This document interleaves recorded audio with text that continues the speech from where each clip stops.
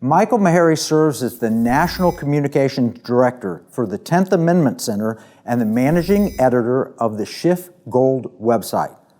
Michael's the author of 4 books, including Constitution and Owner's Manual, Our Last Hope, Rediscovering the Lost Path to Liberty.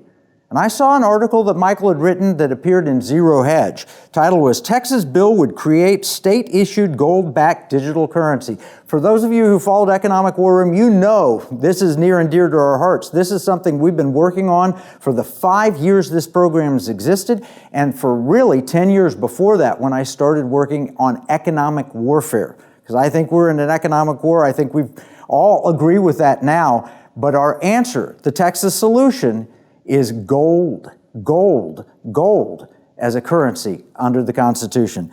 I wanted to speak with Michael. I wanted to reach out to him, and he agreed to come in the Economic War Room. So welcome, Michael, to the Economic War Room.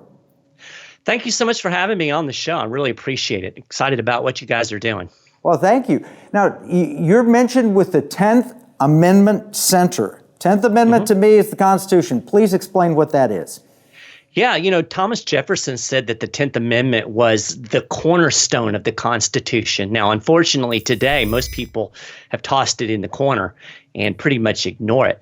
But it's really, all it is a rule of construction. It tells us how to read the Constitution. And what it tells us is that any power that is not delegated to the federal government, in other words, if you can't go into the Constitution and see specifically where it says that the federal government has the power to do X, then it can't do X. It's supposed to be left to the states and the people. So most powers were to be left with the states and the people. As James Madison said, the powers given to the federal government are few and defined, and those which remain with the states and the people are numerous and indefinite. Obviously, that's been flipped on its head, and that's part of what we try to do at the 10th Amendment Center is to teach people what the system is actually supposed to look like and how broken it is. And then second, try to do things to bring it back towards that balance and bring it back to the power residing more in the states and the people as opposed to the monster state in Washington, D.C. Well, and one of the most important powers, and one that government has wielded throughout human history, is the power over money. And we're in the Economic War Room, and the founders had very specific thoughts on money. They feared fiat money. They feared governments that could control people with money. And we're about to see that with central bank digital currencies. Tell us the founders' views on money. Well, I think it was Thomas Jefferson that said paper is poverty. And it's not even real money. It's just a shadow of money.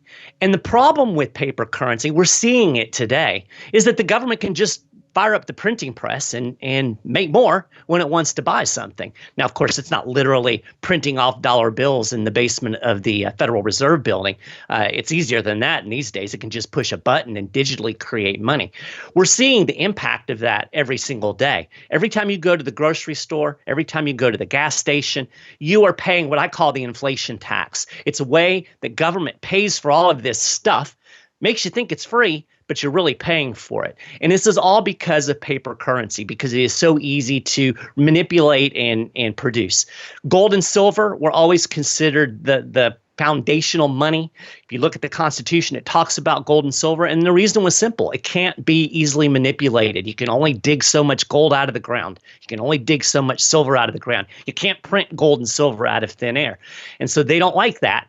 And that's exactly why, starting in the Roosevelt administration, they started to get the United States away from the gold standard because they needed to be able to print more and spend more. I tell people all the time, the Federal Reserve is really the engine that drives what has now become the most powerful and overreaching government in the world.